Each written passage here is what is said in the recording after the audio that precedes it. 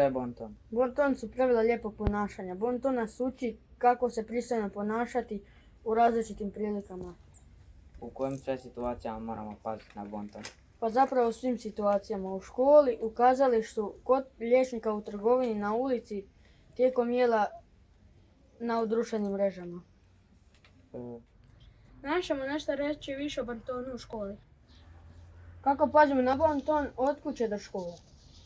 Navečer prije spavanja provjerimo jesmo li napisali zadaću i spremimo sve knjige za školu. Kada se ustanemo, umijemo se, operemo zube i počešljamo se, obučemo prije izlaska iz kuće, obećamo sami sebe da ćemo ponašati se lijepo u školi. Kako se ponašaš na ulasku u školu? Pa ne trčimo po travnjaku, ne bacamo smeće i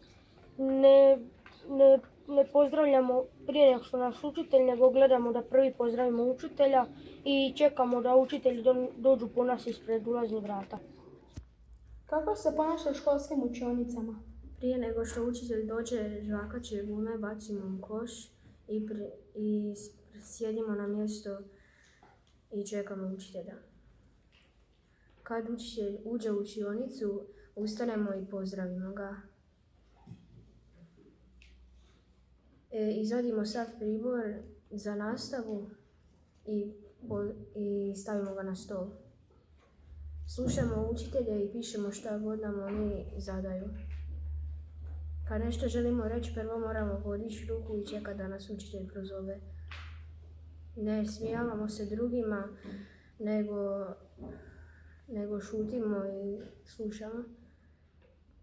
I ne šaramo po klupama, jer to mi ne plaćamo. Kako se ponašamo u školskoj kuhinji? Kad dolazimo u školsku kuhinju moramo hodati, a ne smijemo trčati, moramo paziti da ne mrvimo, moramo biti dobri, moramo se dobro ponašati u kuhinji. Kako se ponašamo na hodnicima škole? Na hodnicima hodamo u školskim papučama, ne igramo se loptom, ne trčimo i ne naguravamo se s drugim učenicima, ne jedemo na hodniku, ne pišemo po zidovima, slušamo dežurnog učitelja i eto. Kako se ponašamo u školskom WC-u? Ne smijemo kucati na vrata WC-a ako je neko unutra. Ne bacamo u školjku previše papira ili neko smeće kako se ne bi zaštopao odvod. Kako se ponašamo u školskoj knjižnici? U školskoj knjižnici moramo nositi papuče, ne smijemo piti ni jest, ne smijemo skakat. Prije nego što uđemo u školsku knjižnicu moramo pokucat. Kada vraćamo školske knjige moramo se javiti knjižničarci. I kada uzimamo knjige moramo se isto javiti. I moramo vratiti knjige na vrijeme. Kako se ponašamo kad idemo na školski izlet? Moramo se pristojno oblačiti, moramo si ponesti hrane, grickalice na put, a neka znamo i dobiti u školi.